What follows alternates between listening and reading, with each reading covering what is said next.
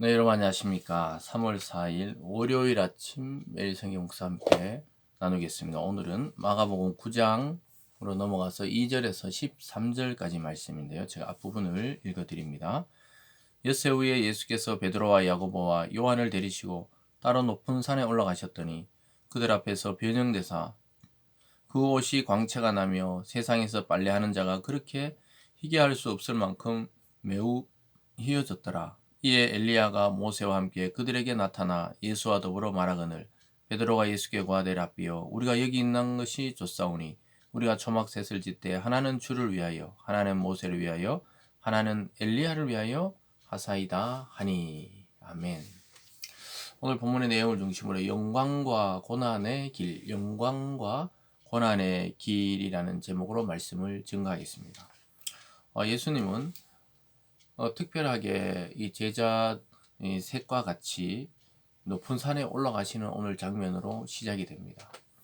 이것은 예수님께서 이제 본격적으로 죽으심과 또 자기의 사명의 길을 밝히시기 전에 하나님의 아들이신과 또 그분의 영광이 어떠한지를 보여주는 장면입니다. 특별히 하나님이 그곳에 모세와 엘리야, 구약의 아주 대표적인 지도자와 또 선지자를 보내어서 예수님의 그 십자가의 사건, 구원의 사건을 서로 의논하는 장면을 제자들이 목격하게 되는 그러한 모습을 보게 됩니다. 이것을 통해서 예수님이 그 영광스럽게 변하고 옷의 광채가 나듯이 변한다는 것은 하나님의 아들의 영광을 보여주고 있다는 것을 우리는 알 수 있습니다. 그러나 조금 후에 예수님이 산에서 내려와서 이제 죽은 자가 살아날 때까지 이런 말씀을 하시면서 예수님 자신의 죽음과 부활에 대해서 이야기합니다. 근데 제자들이 아직까지 그것을 잘 깨닫지 못하고 있는 장면을 조금 뒤쪽에서 보게 될 것입니다. 어쨌든 우리가 오늘 말씀의 제목처럼 예수님의 그 신분과 그 사명과 그의 위치는 영광스러운 분이셨지만 우리 죄와 우리의 구원을 위해 고난의 길, 죽음의 길을 예비하셨다는 사실 또한 보여주고 있습니다. 그래서 우리가 이것을 잘 생각해야 되는 것이죠. 그리스도의 영광만 보이는 것이 아니라 우리 죄로 인한 고난과 죽음과 부활의 과정을 이해할 때 우리가 예수 그리스도를 제대로 보고 있는 것이죠. 그래서 우리가 예수님을 믿는다는 것은 제자들도 그의 길을 따르듯이 이 세상의 영광만이 아닌 고난의 길을 함께 걸어가야 된다는 사실을 보여주고 있습니다. 그래서 예수님은 하나님의 아들로서 이 변형되는 것을 보여주죠. 2절에 엿새 후에 예수께서 베드로와 야고보 요한을 데리고 따로 높은 산에 올라가셨더니 그들 앞에서 변형되사 그 옷이 광채가 나며 세상에 빨래하는 자가 그렇게 얘기할 수 없을 만큼 매우 희어졌더라. 예수님의 그 영광스러운 광채 나는 모습, 그러한 옷의 모습, 그러니까 이 하나님의 아들이시며 구원자이신 예수가 어떤 존재인지를 그 제자들에게 직접 보여주시는 장면입니다. 왜냐하면 그들은 늘 육체의 예수를 따라다녔기 때문에 그걸 잘 볼 수가 없었어요. 자기들과 똑같은 사람, 인간, 뭐 이렇게 볼 확률이 많았습니다. 그러나 오늘 이 장면을 통해 베드로가 고백하듯이 그것이 마치 천국을 보는 것 같았죠. 그래서 베드로가 이렇게 말합니다. 5절에 베드로가 예수께 고하되 랍비여 우리가 여기 있는 것이 좋사오니 우리가 초막색을 짓되 하나는 주를 위하여 하나는 모세를 위하여 하나는 엘리야를 위하여 하사이다. 너무 이곳이 좋으니까 너무 영광스러우니까 여기서 살자고 이야기합니다. 그런데 6절 보면요. 이는 그들이 몹시 무서워하므로 그가 무슨 말을 할지 알지 못함이더라. 사실 지금 자기 스스로도 어떤 이야기를 하고 있는지 모른다는 거예요. 너무나 놀랍고 너무나 영광스러운 장면이기 때문에 너무 놀라서 자기가 막 그냥 이 말을 하고 있는 거예요. 이 천국 같은 이곳에서 살자는 것이죠. 그럴 때 하나님의 음성이 그곳에 또한 들립니다.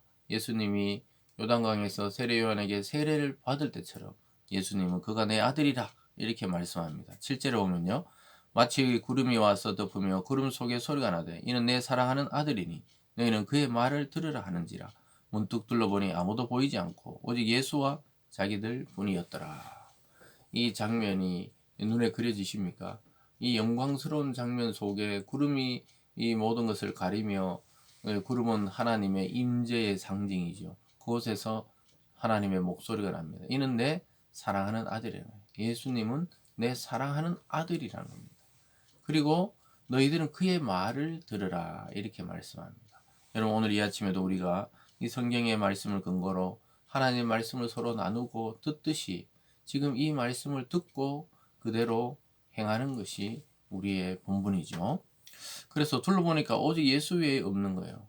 다른 복음서에 보면은 예수님이 그들의 그 모습을 보면서 우리는 다시 산 아래로 내려가야 된다는 거예요. 지금 아직 여기에 머물 때가 아니고 산 아래 내려가서 복음을 전파할 때라는 사실을 보여줍니다.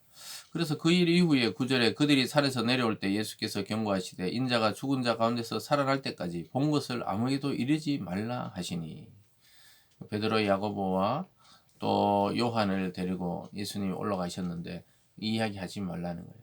다른 제자에게도 사람들에게도 주님이 죽은 자 가운데 부활하시기 전까지는 이런 일들에 대해서 비밀로 간직하도록 이야기하고 있습니다. 그러면서 10절에 그들이 이 말씀을 마음에 두며 서로 문의하되 죽은 자 가운데 살아나는 것이 무엇일까 하고 부활에 대해서 전혀 감각이 없는 거예요. 그래서 예수님이 하신 말씀이 어려운 거죠. 자기들에게는. 우리는 이미 부활하신 주님에 대해서 기록을 통해 알고 있지만 이들은 예수님의 그 말이 뭔 말인지 몰라서 서로 의논하는 거예요. 죽은 자 가운데서 살아나신다는 것이 무슨 뜻이냐 이렇게 말하고 있습니다. 그러면서 예수님께서는 또 계속 질문을 하시죠.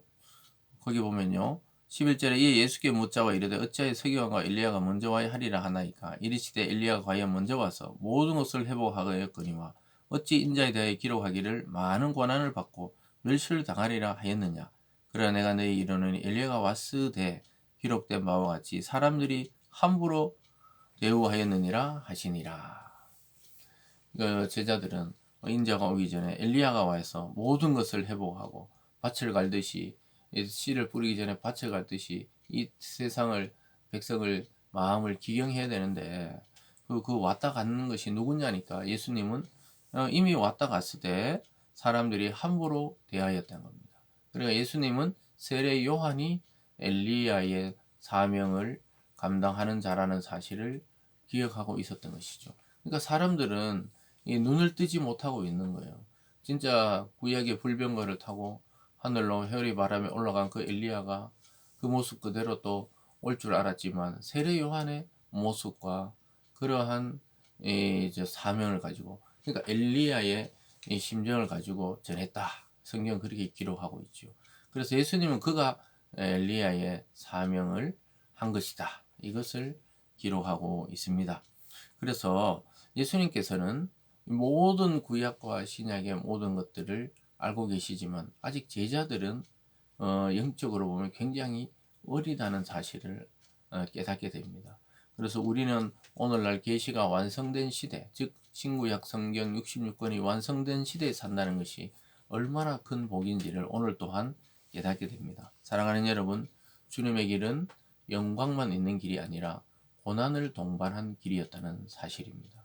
그의 신분, 그의 위치, 그의 능력은 전혀 변함없이 영광스러운 하나님의 아들이시지만 그가 우리를 위해 걸어가셔야 했던 길은 고난의 길이었다는 사실을 깊이 인식하며 우리도 이 땅에서 받는 믿음 때문에 받는 고난을 오히려 영광스럽게 생각할 수 있는 그러한 이 아침이 되기를 바랍니다. 기도하겠습니다. 사랑의 하나님 아버지 감사드립니다. 오늘도 귀한 말씀을 통해 우리를 깨우쳐 주시고 이 믿음의 길은 영광만이 아니라 고난을 동반한 길임을 다시 한번 깨닫게 하시고 우리 주님의 걸어가신 그 길을 우리도 믿음으로 걸어가게 하여 주시고 세상을 살리는 길로 걸어가는 저희들 다 되게 하여 주시옵소서. 감사드리며 예수님 이름으로 기도드리옵나이다. 아멘.